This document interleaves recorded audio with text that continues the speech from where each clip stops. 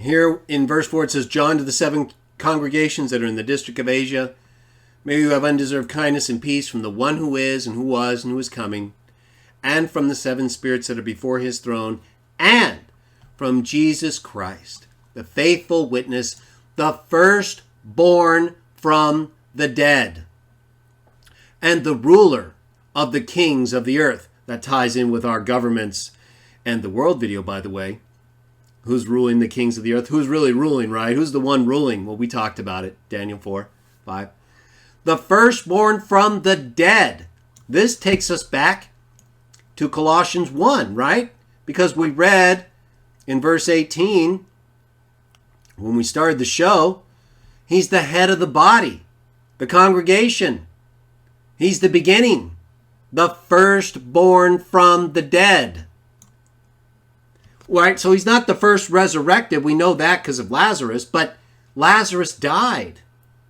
He's the firstborn from the dead in the sense of what? Remember Hebrews 11? The congregation of the firstborn. No, it's Hebrews 12:23. Congregation of the firstborn who have been enrolled in the heavens. The firstborn from the dead means he's the first resurrected, after which many of us are patterned, enrolled in the heavens. He doesn't die again. He was raised to the hand of the Father and is in heaven. The firstborn, the congregation of the firstborn who have been enrolled in the heavens. So when he was resurrected as the firstborn from the dead, he now lives in the heavens. It's referring to him as the first, temporal priority. It's not figurative. It's just being used in a different sense than literal birthing firstborn in a physical reproductive sense. This is life again in the heavens sense. So it's still born. He still had to be raised to life, given life by the Father, Galatians 1:1. So it's the same in that sense, just not as part of the reproductive cycle like Luke 2:7. But it's still firstborn, first one born, whether it's the first one born of Mary of human children or the first one born to life in heaven, it's still firstborn. Every single use of firstborn in the New Testament, we'll set aside Colossians 1:15 for a second, means firstborn, first one born, the first one of those born, whether on earth or in heaven. And it's the same in Colossians 1. In fact, in Colossians 1:18, it qualifies it even further, right? The beginning, the arche. Just like Proverbs 8:22, wisdom is the arche. Just like Revelation 3:14, the arche of God's creation. And every single time arche is used with the genitive, as I showed in my video, Jesus is the beginning of God's creation according to Revelation 3:14. It means he's a part of the group. In the same way, when it says he's the firstborn of all creation, Trinitarians try to get away from this and say he's the firstborn over all creation. It's such a ridiculous attempt to try to get out of this text, because not only does firstborn clearly mean first one born, like it does in every single other New Testament text, and 129 times of the 132 or so times used in the Old Testament and the Apocrypha, apart from clear figurative uses, 3 of them, that's what it means. The first one born. Of what? Or over what? Creation. If he's not a part of creation, what's the point of saying he's of or over it? Why even make an association? There would be no reason to just refer to him as the one through whom God made everything. It doesn't. It associates him directly with creation as the firstborn. in a literal sense. No qualifiers, no tithemi, no use of a term for a nation or a tribe, an individual, of the invisible, God. That's who it describes. And it calls him the firstborn in a temporal sense again several verses later, in addition to calling him the arche. And right here, it says he's the one who is first in all things. In the Greek text, it specifically states, in order that he might become in all things being the first, having the first place. So that's what you might consider more of a preeminent sense, but that's because he's the first one. That's what preeminent is, Trinitarians. Sometimes Trinitarians try to say, because of texts like Psalm 88, 89, 27, and David being placed as firstborn, right? That's a clear figurative use. A clear figurative use clearly qualified by a verb that's not used in Colossians 1:15, but it says right there in verse 18 that he might be first in all things. En pasin autos protuon. Well, if he's the first in all things, Trinitarians, right? Not all other things, according to you, well, then he would have to be the first creation, wouldn't he? Or he doesn't hold the first place in everything. He's not first in all things then, Trinitarians. You better start using other or some other qualifier to explain away the last part of verse 18. He's not only the firstborn of all creation, verse 15. He's not only the beginning, the arche, verse 18. He's the one who is first in all things. Protuon, pasin. Hina genetai en pasin autos protuon. That he might become the one who is first in all things. Well, if he's not the first creation, he's not the first in all things. And therefore you would have to agree, all things does not mean all things in every usage. And in fact, the very context that you take issue with the NWT using other to show that all things excludes the firstborn, the one who was just described as the first one born. Let's take a look at this whole all things thing and texts that use other in brackets, all other things in the New World Translation. Other and other. Keep on then seeking first the kingdom and his righteousness, and all these other things will be added to you, right? So NWT is using other in brackets right here, Trinitarians. They're not trying to make a big problem or get away from a doctrinal issue here. They're using it in brackets here because they're trying to exclude the kingdom and his righteousness from all the other things that would be added if you seek those two first. I don't really think they need to use it here. I don't think they need to use it in Colossians 1 either. Or if they use it, I don't think they need to use it in brackets. But I don't think it's needed here no matter what. But do you see, it doesn't always have to mean something that's done with, a biased or an underhanded motive. They're just trying to make exceptions for things that they think might be confusing. And in Colossians 1, with him being the firstborn and being the one who is first in all things, they're trying to show a difference between him and the things that are made through him. But there's no question. He's the firstborn. He's the first creation. That's what that means. Protoktistas was not used at this time. Firstborn is what was used to mean first creation, first one begotten, like we've shown and as is clear from the New Testament and the Old Testament and the Apocrypha. Luke 13:2. So in reply he said to them, Jesus, Do you imagine that these Galileans were proved worse sinners than all other Galileans because they suffered these things? Here, NWT uses other, but other's not in the Greek text. They don't even put it in brackets. Oh no, what will we do? Why would they do that? Well, because it's talking about these Galileans in contrast to all Galileans. But if they're Galileans, then they'd have to be other Galileans than those referred to previously.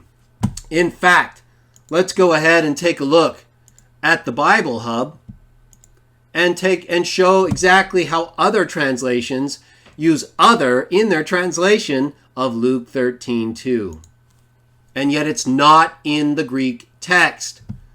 New International Version. Do you think that these Galileans were worse sinners than all the other Galileans? New Living Translation. Worse sinners than all the other people from Galilee.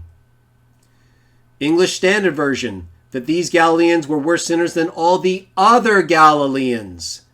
Berean Study Bible. Same thing.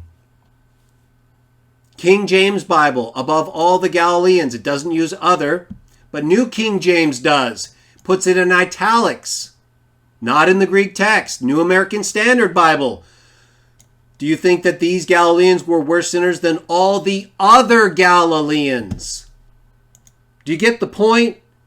Other, even if it's not in the Greek text, can be used and is used. We just saw it in all those texts to make plain what is already plain but not stated. That others who are mentioned don't include another or others who are mentioned in the same text or context. That's what the New World Translation is doing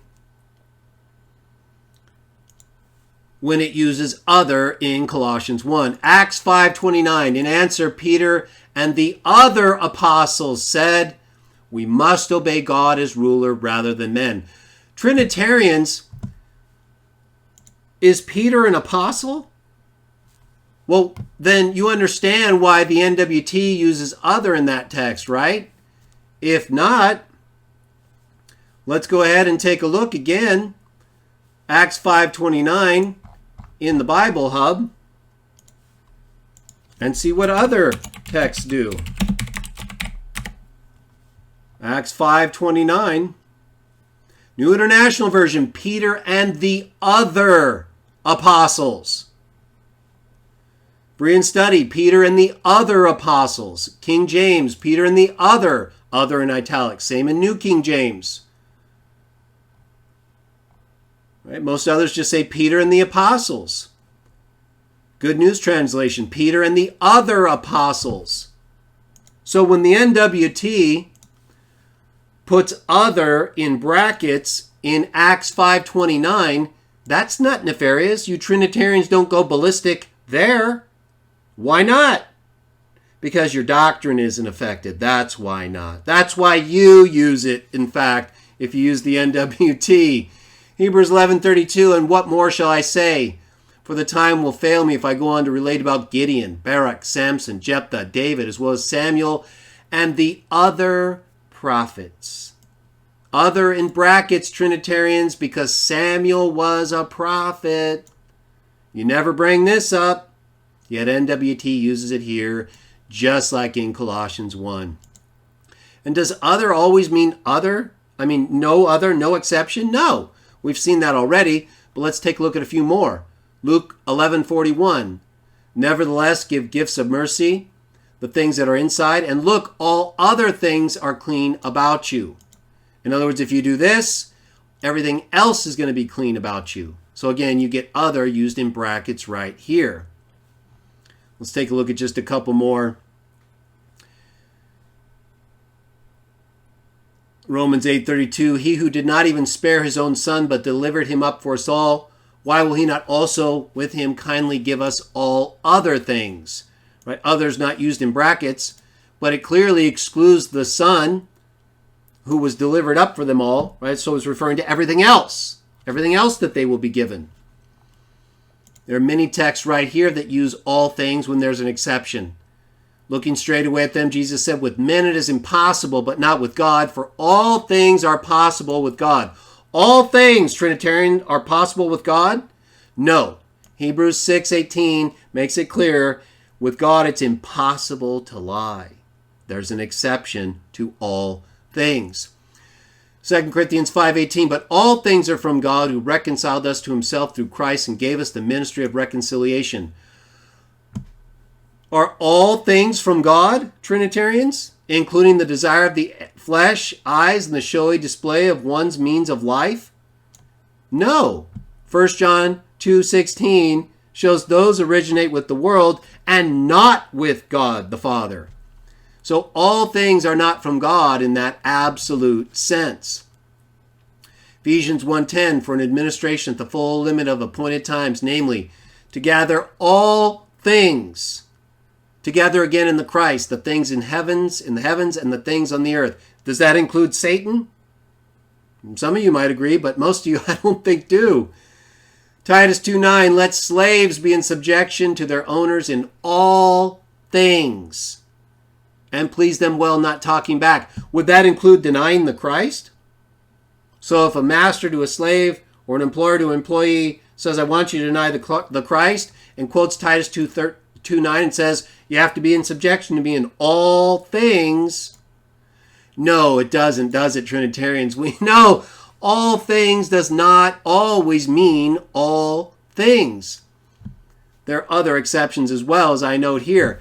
And in speaking of notes, let me bring up a note from my Jehovah's Witnesses Defended 3rd edition. And all of this and more is presented in this edition and my second, and much of it in my first, which will be online at Elihu Book soon. But the second and the third are there now. If you don't have them, I recommend you get them, or just keep a copy of this video. But there's so much more in my written presentation. I highly recommend you get it if you can. Now, some people like Dr. James White will say, well, if all things were created through Christ, even if he's not one of those things, Greg, he's separated from all things. And I just showed, of course, that all things don't always mean all things. And he's referred to as the firstborn and the one who is first in all things. But what about this idea that if he's not a part of the all things made through him, he has to be separate from all things? That means he's not part of creation, right? Because creation is not the same as all things in that context, because all creation includes who? The firstborn. That's why it says firstborn of all creation, and then uses all things, tapanta, for what was made through him. And then further states he's still the first, the one who is first on all things. But notice the examples I give in this note on page 403, note 78, in response to this idea by Dr. White, that if he's separate from all things, he can't be included in all things, because all things is the same as all creation. Note what I state here. Right, I'll enlarge it a little bit. Let me center it now. The idea that one can be dignified above the group to which he or she belongs can be found in other literature related to the Bible. Right, so if Jesus is a part of all creation, he can still be dignified above it as the firstborn. And it's found in other texts as well. For example, Sirach 49:16, Ecclesiasticus 49:16, we're told that Adam was above all, a form of pas, like tapanta in Colossians 1. Adam was above all things in the creation. So this is very similar to Colossians 1:15 through 17 that uses creation and all things. Here it says Adam was above all living things in the creation. Hiper, pan, zoan, ente, katise, Adam. Clearly, Adam was a living thing in the creation, but it says he's above all living things in the creation. Wouldn't you have to use other here, Dr. White, or any other Trinitarian who thinks he's right? You would, wouldn't you? Or you would have to just understand that Adam as a man is a created thing in the creation, which he is above, just like the firstborn, which means first one born, unless it's clearly figurative in a couple of texts like we showed. And one of those is not Colossians 1:15, as you know. You can be distinguished from all things and even from creation and still be a creation. The text could rightly be translated, Adam was above all other living things in the creation. Let me center this a little bit better for you guys. I tried to make it bigger. I think that gets most of it. I'll drop it a little bit so you get it all. So we're right here. Here the sense would be slightly different from the NWT's use of other in Colossians 1:16 through 17, since their other can be understood to exclude the firstborn from tapanta, though he is included in the creation. But Colossians 1:16 through 17 could also be in a sense similar to how pas is used in Sirach 49:16, namely, as including the firstborn in all things, but with the understanding that he is the firstborn of all creation and so above it, even as Adam was considered above the creation to which he also belonged in Ecclesiasticus 49:16. Another parallel to Colossians 1:15 through 17 is Sirach 1:4, referring to wisdom, who was created before all things, form of pas. The Greek is protera panton ektistai sophia. Here, wisdom is clearly revealed as a created being and at the same time distinct from all other created things, just like in Colossians 1:15. So we have two fairly well-known examples of either wisdom or Adam as created beings distinct from all things, created things, all other things.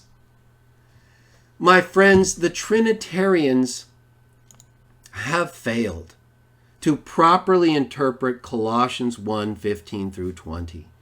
They have failed to recognize that Jesus is the real firstborn of God, that he's the real arche, the arche as the beginning of God's way in Proverbs 8:22, the arche as the beginning of one's children, as we saw in two Old Testament texts, Genesis 30:49-3 and Deuteronomy 21:17, as the definition, the meaning of firstborn in the Bible, and as the beginning arche of God's creation in Revelation 3:14.